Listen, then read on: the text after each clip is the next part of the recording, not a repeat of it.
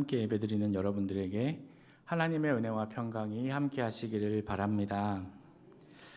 요즘 전쟁이 드러나는 것들을 보면 무기들이 다 최첨단 기술에 의해 만들어졌는데 최근 세계적으로 전투에서 사용된 최첨단 무기의 대표적인 것들이 있습니다. 먼저 첫째로 드론입니다. 요즘 드론을 아주 많이 사용하는데 러시아 우크라이나 전쟁에서 또 이스라엘 하마스 분쟁에서 지금도 사용되고 있습니다.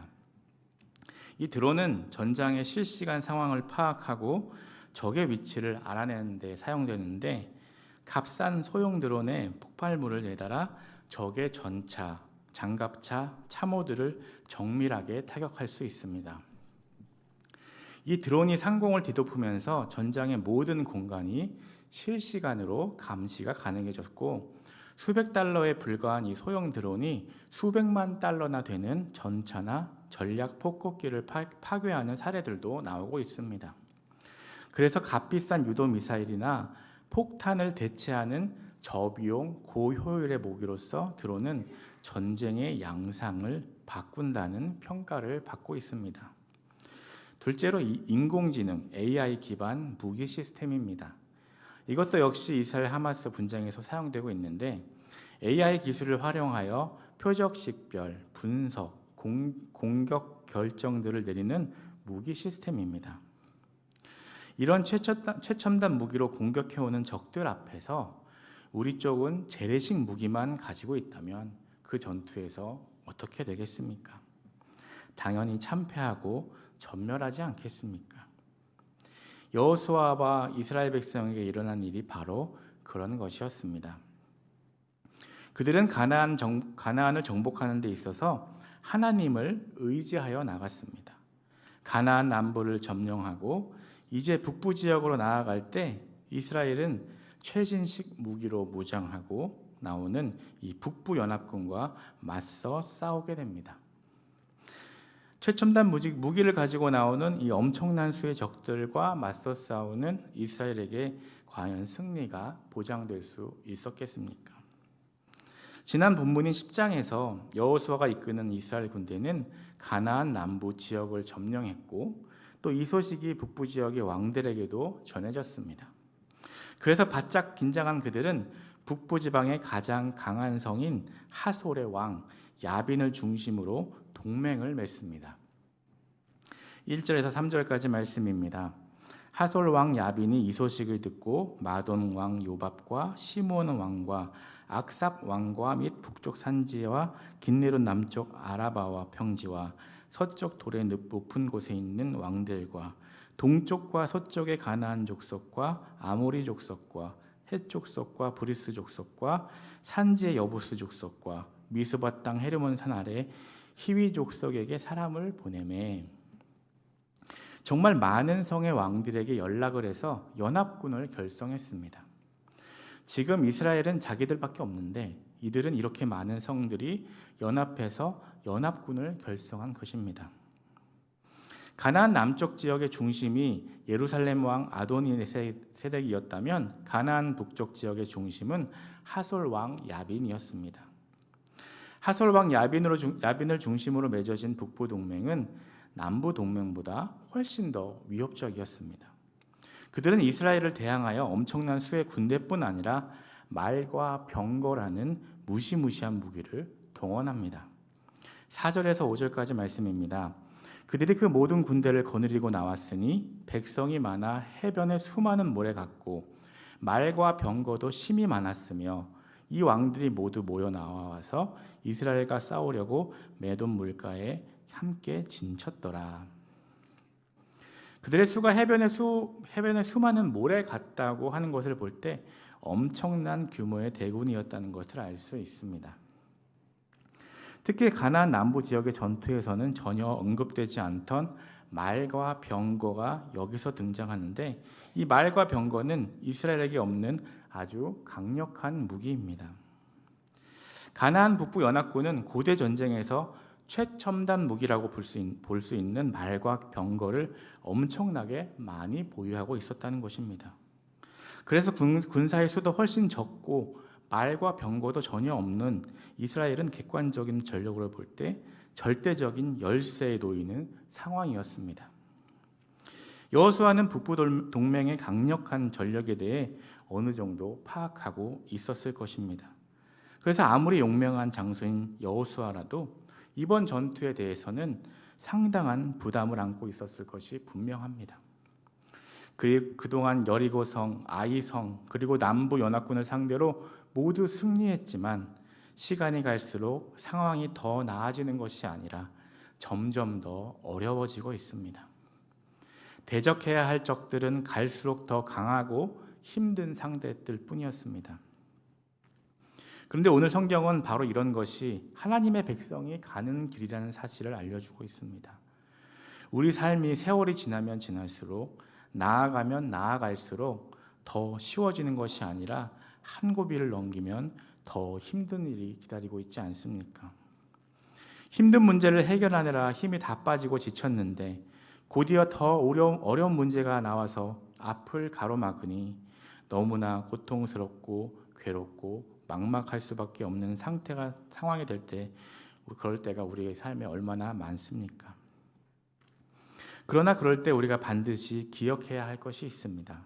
그렇게 어려운 순간이라도 절대 낙심하거나 좌절해서는 안 된다는 것입니다. 낙심하거나 좌절할 필요가 없습니다. 왜 그렇습니까?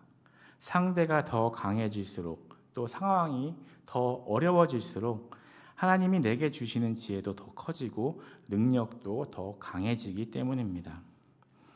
북부 연합군의 중심 역할을 하는 하솔은 그 하솔이라는 이름, 요새라는 이름에 맞게 그 모든 나라의 머리라고 불릴 만큼 거대한 성이었습니다. 또한 하솔은 지리적으로도 아주 중요한 요충지였습니다.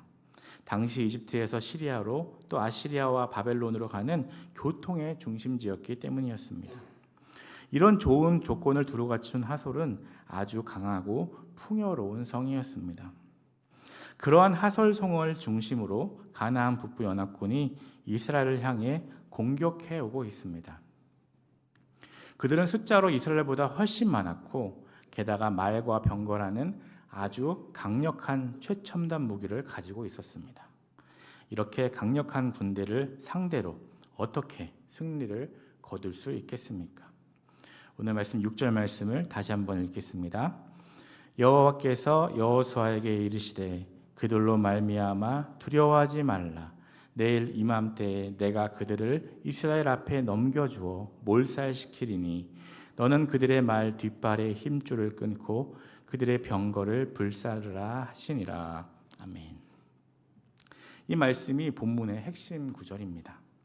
이 말씀을 보면 여호수아와 이스라엘의 문제가 무엇입니까? 지금 강력한 적들이 아주 많은 숫자와 첨단 무기로 무장하고 쳐들어오는 것이 문제가 아닙니다. 그들의 진짜 문제는 어려운 상황 그 자체가 아니라는 것입니다. 그렇다면 그들의 진짜 문제가 무엇입니까? 그것은 바로 그들의 두려움이었습니다. 여호수아와 이스라엘은 지금 강력한 적군 앞에서 두려워하고 있는 것입니다. 그런데 생각해 보십시오. 지금 적군이 아무리 강력하고 아무리 수가 많고 아무리 첨단 무기로 무장했어도 그들이 더 강합니까? 아니면 하나님이 더 강하십니까? 당연히 하나님이 더 강하십니다. 그래서 하나님은 여호수아에게 나보다 약한 저들로 인하여 두려워하지 말라라고 말씀하고 계시는 것입니다. 더 강력하신 분이 함께 하시는데 왜 더 약한 존재가 온다고 두려워합니까? 내가 너와 함께하고 있으니 두려워할 필요 없다라고 말씀하고 계시는 것입니다. 우리도 똑같습니다. 지금 나의 삶에 어떤 문제가 있으십니까? 마치 지금 나의 삶에 밀어닥친 적군과 말과 병과 같은 것이 있으십니까? 지금 나의 삶에 밀어닥친 적군과 말과 병과가 있다면 무엇입니까? 어떤 어려운 문제가 내 삶에 닥쳐왔습니까? 그러나 우리의 진짜 문제는 그렇게 외부에서 몰려오는 상황이 아니라는 것입니다. 우리의 진짜 문제는 외부에서 오는 어려움이 아니면 그런 상황에서 두려워하는 것, 내 마음의 두려움이 문제인 것입니다. 그러나 하나님은 두려워할 필요가 없다고 하십니다.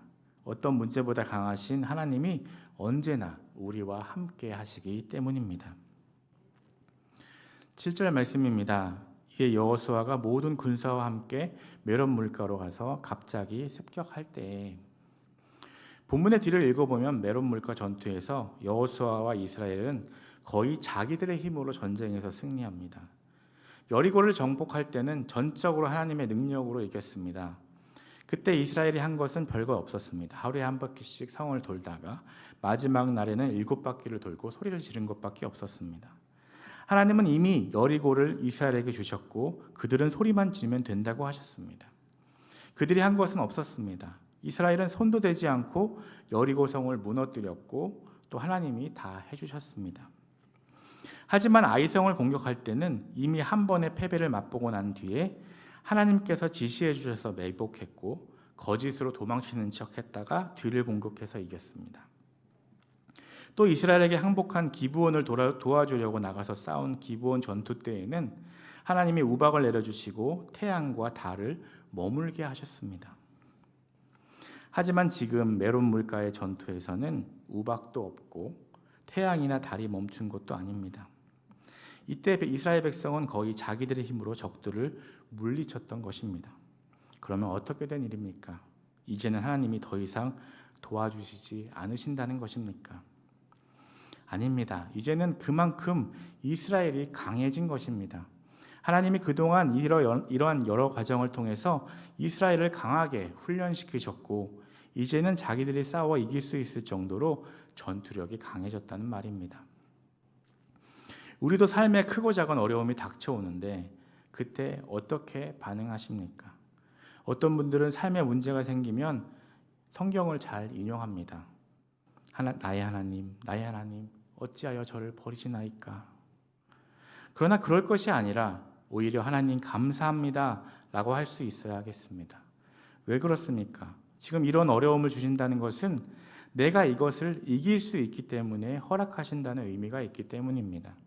그리고 엄청나게 큰 어려움이 왔다면 이걸 보니까 제가 이렇게 큰 어려움도 감당할 수 있을 정도로 성장했군요 하면서 감사할 수 있는 것입니다.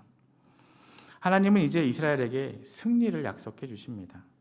현실적으로 이스라엘이 가나안 북부 연합군을 이길 가능성은 거의 없어 보였고 객관적으로 보면 말이 안 되지만 하나님께서 도와주시는 힘이 있기 때문에 하나님을 의지하며 승리하게 되는 것입니다. 하나님은 여호수아에게 그들을 두려워하지 말고 나가 싸우면 이길 것이라고 말씀하십니다. 그런데 여기서 우리가 주목할 점이 하나 있습니다. 6절에서 하나님이 승리를 약속하시면서 무슨 명령을 내리셨습니까? 우리 6절 하반절 말씀을 다시 읽겠습니다. 너는 그들의 말 뒷발의 힘줄을 끊고 그들의 병거를 불사르라 하시니라. 너는 그들의 말 뒷발의 힘줄을 끊고 그들의 병거를 불사르라 명령하셨습니다. 그런데 이스라엘이 적군을 기습 공격해서 싸우는 중에 말 뒷발의 힘줄을 끊고 병거를 불사르라 하신 것이 아닙니다. 전쟁 중에 그렇게 하라고 하신 것이 아닙니다. 8절에서 9절 말씀입니다. 여호와께서 그들을 이스라엘의 손에 넘겨주셨기 때문에 그들을 격파하고 큰 시돈과 미스르봇 마임까지 추격하고 동쪽으로는 미스르바 골짜기까지 추격하여 한 사람도 남기지 아니하고 쳐 죽이고 여호수아가 여호와께서 자기에게 명령하신 대로 행하여 그들의 말 뒷발의 힘줄을 끊고 그들의 병거를 불로 살랐더라. 이것을 보시면 기습 공격을 해서 전쟁을 하는 도중에 적군의 말 뒷발의 힘줄을 끊고 병거들을 불사른 것이 아니라 다 승리를 거둔 다음에 그렇게 했다는 것을 알 수 있습니다. 이게 무슨 의미입니까? 승리를 거두어서 적군을 다 쳐 죽이고 그들이 보유하고 있던 이 첨단 무기인 말과 병거가 모두 자기들의 손에 들어왔습니다. 이게 자기 것입니다. 그렇게 다 빼앗았다면 이제 어떻게 해야 되겠습니까? 이렇게 유용하고 아주 좋은 첨단 무기를 앞으로의 전쟁에서 얼마나 잘 활용하여 싸울 수 있었겠습니까? 그러면 얼마나 전쟁에서 쉽게 이길 수 있었겠습니까? 그러나 하나님은 그런 것들을 사용하지 말라 하시는 것입니다. 말과 병거를 사용하지 못하게 하시는 것입니다. 병거는 다 불태워버리고 말은 뒷발의 힘줄을 끊어버리라 명령하십니다. 뒷발에 힘줄을 끄는 말은 달리지도 못하고 서 있지도 못해서 죽은 말과 다를 바 없습니다. 하나님은 이스라엘이 이렇게 힘센 말과 강력한 병거를 의지하는 것이 아니라 비록 자기들의 눈에는 보이지 않지만 그들과 늘 함께 하시며 인도하시는 하나님을 의지하기를 원하셨다는 것입니다. 이스라엘의 진짜 무기가 무엇입니까? 그것은 말과 병거와 창과 활과 같이 그런 것들이 아니라 바로 기도인 것입니다. 기도로 하나님을 의지하는 것입니다. 우리의 영적 싸움에서 진짜 무기가 무엇입니까? 다른 것이 아니라 기도입니다. 우리가 보통 생각할 때에는 말이나 병거를 얻는 경우에 더 하나님을 의지하며 기도할 것 같지만 그렇지 않습니다. 우리가 무언가를 많이 쌓아놓고 이제 우리가 뭔가 할 수 있겠다 하지만 그렇게 되면 하나님을 더 의지하지 않게 되는 것입니다. 인간의 마음은 간사하고 연약해서 말이나 병거가 없으면 어쩔 수 없이 하나님께 매달립니다. 하지만 다른 무언가가 생기면 그것을 의지하지 하나님을 의지하지 않습니다. 나중에 이스라엘 백성이 타락하게 되는 것처럼 그렇게 좋은 것들이 생기면 어떻게 됩니까? 하나님을 섬기기는 섬기는데 하나님도 섬기고 그런 다른 것들도 섬기는 일이 벌어지는 것입니다. 우리는 보통 내가 원하는 것이 이루어지지 않으면 굉장히 괴롭고 힘들고 또 전전긍긍합니다. 그러나 여러분, 사실 내가 원하는 대로 되지 않는 것이 복이라는 것을 아십니까? 내가 원하는 대로 다 되면 이 세상이 어떻게 되겠습니까? 그러나 그렇지 않으니까, 내 뜻대로 되지 않으니까, 그래서 우리는 한순간이라도 주님을 의지하지 않을 수 없게 되는 것입니다. 한순간도 기도하지 않을 수 없는 것입니다. 그러므로 내가 원하는 대로 일이 진행되지 않을 때, 내가 원하는 결과를 얻지 못했을 때 오히려 이것이 복이며 복된 삶이라는 사실을 믿으시기 바랍니다. 또한 우리가 기억해야 할 것은 우리의 싸움에 하나님이 함께 하시고 인도해 주시는 것이 사람의 수가 얼마나 많으냐, 돈이 얼마나 많으냐, 또 프로그램이 얼마나 좋으냐 등 다른 어떤 것들보다 훨씬 더 중요하다는 것입니다. 하나님이 우리와 함께해 주시기를 원한다면 하나님의 사랑과 자비가 우리에게 전달되는 통로를 활짝 열어놓아야 하지 않겠습니까? 하나님의 은혜를 부어주고 싶으셔도 꽉 닫고 있으면 어떻게 우리에게 그 은혜가 전달되겠습니까? 통로를 활짝 열어야 은혜의 단비가 쏟아지지 않겠습니까? 이번에 강릉 지역에 비가 굉장히 오랫동안 오지 않아서 가뭄으로 굉장히 힘들었습니다. 만약에 그런 가뭄 상황에서 비가 조금이라도 내리면 어떻게 해야겠습니까? 그 비를 한 방울이라도 더 담아두어야 하지 않겠습니까?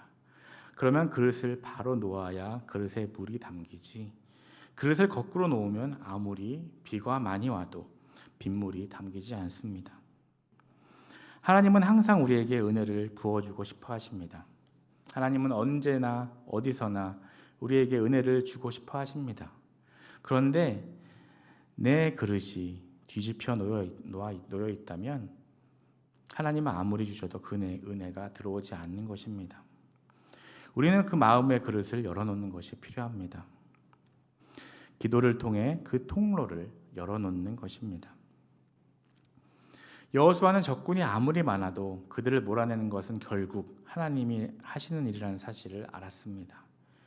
우리의 삶 속에 문제가 일어나더라도 그것을 해결하는 것은 내 힘이 아니라 결국 하나님이 하시는 일이라는 것을 알고 그래서 그분께 기도하며 나아가는 것입니다.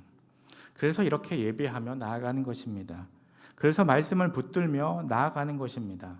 그것이 물을 받기 위해 그릇을 열어놓고 통로를 열어놓는 것이 되는 것입니다.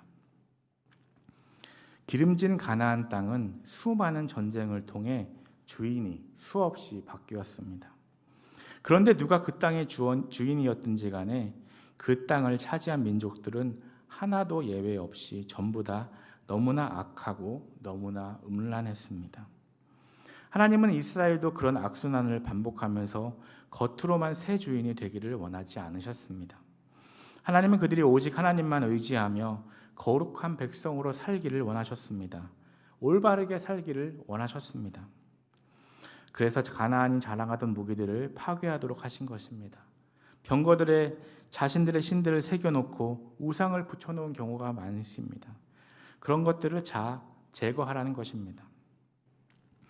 우리가 이 세상에서 돈을 많이 벌어 부자가 되는 것, 권력을 잡는 것, 사회에서 높은 위치에 올라가고 성공하는 것 그 자체는 잘못된 일이 아닙니다. 그러나 죄로 오염되고 여러 죄악으로 가득한 사람들의 길을 똑같이 따라간다면 그것은 문제가 되는 것입니다. 자리보다 중요한 것은 능력이고 능력보다 중요한 것은 신앙과 인격입니다. 결국 하나님과의 관계인 것입니다. 엄청나게 성공하고도 타락하는 사람들이 얼마나 많습니까? 아주 높은 위치에 올라갔는데 이상한 짓을 해서 그것이 발각되는 경우가 또 얼마나 많습니까? 올바른 인격을 만드는 것은 하나님의 말씀에 순종하는 태도인 것입니다. 진짜로 승리하는 비결이 바로 이 순종입니다. 혹시 앞선 세대나 다른 성공한 사람들이 세상의 힘이나 돈이나 연줄이나 술수를 써서 성공했다 하더라도 하나님을 믿는다고 하는 우리는 절대 그 길을 따르는 어리석음을 범해서는 안 되겠습니다. 우리는 오직 하나님만 의지하는 사람들이 되어야 하겠습니다. 하나님을 먼저 의지하면서 그 다음에 우리의 최선을 다해야 하겠습니다. 여호수아와 이스라엘 군대는 가나안 땅의 남쪽에서 북쪽까지 또 동쪽에서 서쪽까지 오가면서 전쟁을 치렀습니다. 게다가 점령한 성들의 상당 부분이 험한 산지나 골짜기를 이용한 요새였다는 것을 생각하면 성 하나하나를 점령하는 전투가 절대 쉽지 않았다는 것을 짐작할 수 있습니다. 우리의 삶의 승리도 결코 빨리 오거나 쉽게 오지 않는다는 것입니다. 내 생각대로, 내 계획대로 일이 진행되는 것이 아닙니다. 내가 원하는 때에 이루어지는 것도 아닙니다. 하지만 반드시 주님의 뜻이 이루어질 것입니다. 하나님이 원하시는 때에, 하나님이 원하시는 장소에서, 하나님이 원하시는 방식대로 이루어질 것입니다. 하나님은 여호수아처럼 자신이 주신 비전을 이룰 영을 가지고 순종하는 한 사람을 찾고 계십니다. 분명한 하나님의 사명을 받고 그것을 이루기 위해 하나님만 의지하는 가운데 생명을 걸고 주님께 순종하며 나아갈 사람을 찾고 계십니다. 우리 각자가 바로 그 한 사람이 될 수 있기를 주님의 이름으로 축복합니다.